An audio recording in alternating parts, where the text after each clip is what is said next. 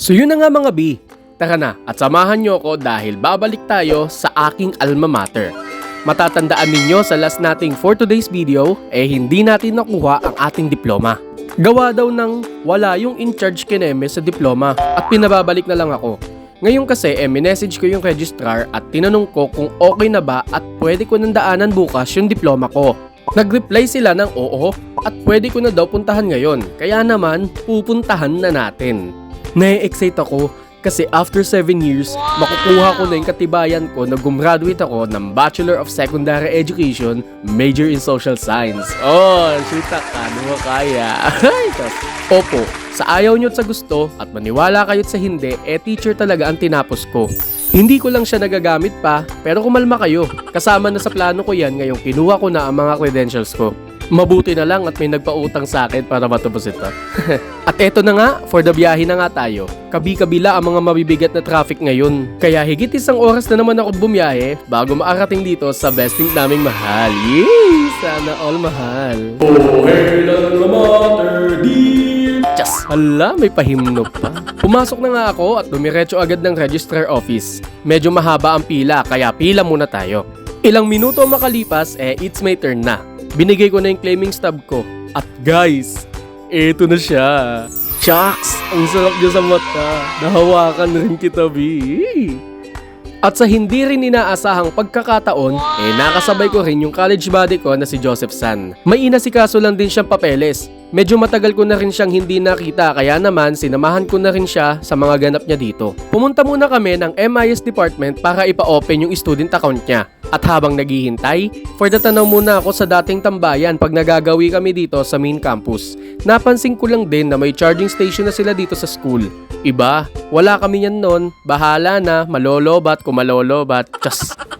Napansin ko din tong bagay na ito, suggestion box daw, siguro display lang yan.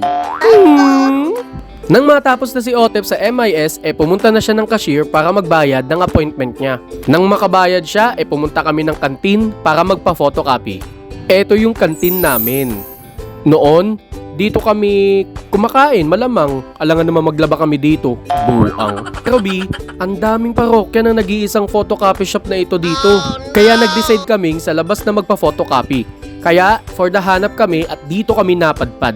Pagkatapos nga nagmadali kaming bumalik agad sa registrar dahil 4 na minuto na lang magsasara na ang opisina.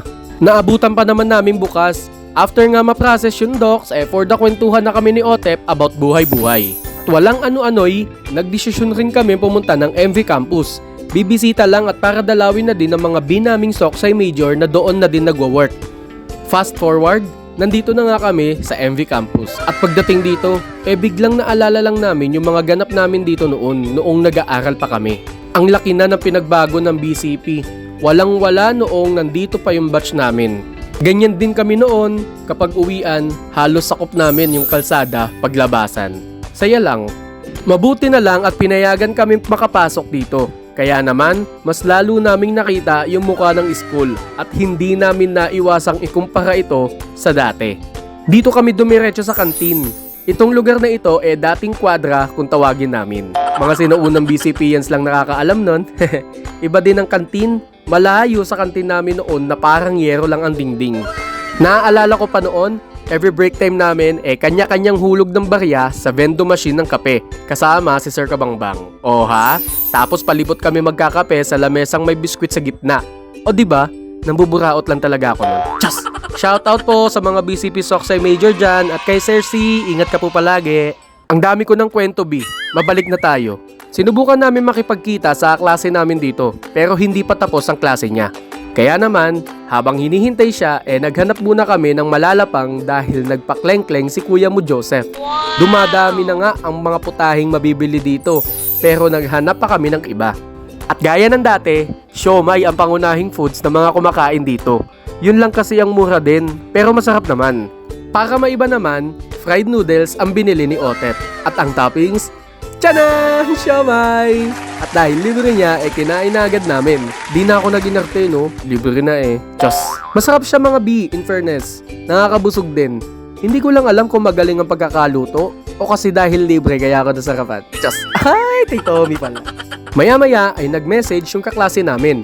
May pinagagawa daw sa kanya kaya matatagalan siya bago bumaba. Naintindihan naman namin at padilim na rin kaya nag-decide na kaming umuwi. Okay lang din naman kahit paano nakapasyal kami ulit dito. At yun na nga mga B, for the uwian ng mga person. Maraming salamat sa pagsama sa akin. At salamat din Best Joseph San sa pakleng-kleng. Sana may susunod pa. Hehe, Diyos. O siya mga B, maraming salamat sa support. Next time ulit, magsisiingat kayo palagi ha. Okay, bye! Isang mabilisang shoutout sa mga binating support. Mikey Riora, Elgin Bordamonte, Nicole Servito, Charlo Apagar, Alma Andaya, J. Nicole Andaya, J. Dolor, Milet Bermudez, John Lloyd Malacad, Nickmar Salvalosa, Nori Ann Romero, Jimmy and Esther Andaya, John Ray Magdasal, Nicole Nogaliza, Brian Rimando, Marcelita Balanag, Joanna Molida at kay Motherhood Erenya Andaya. Salamat at mabuhay kayo mga B. K. Bye!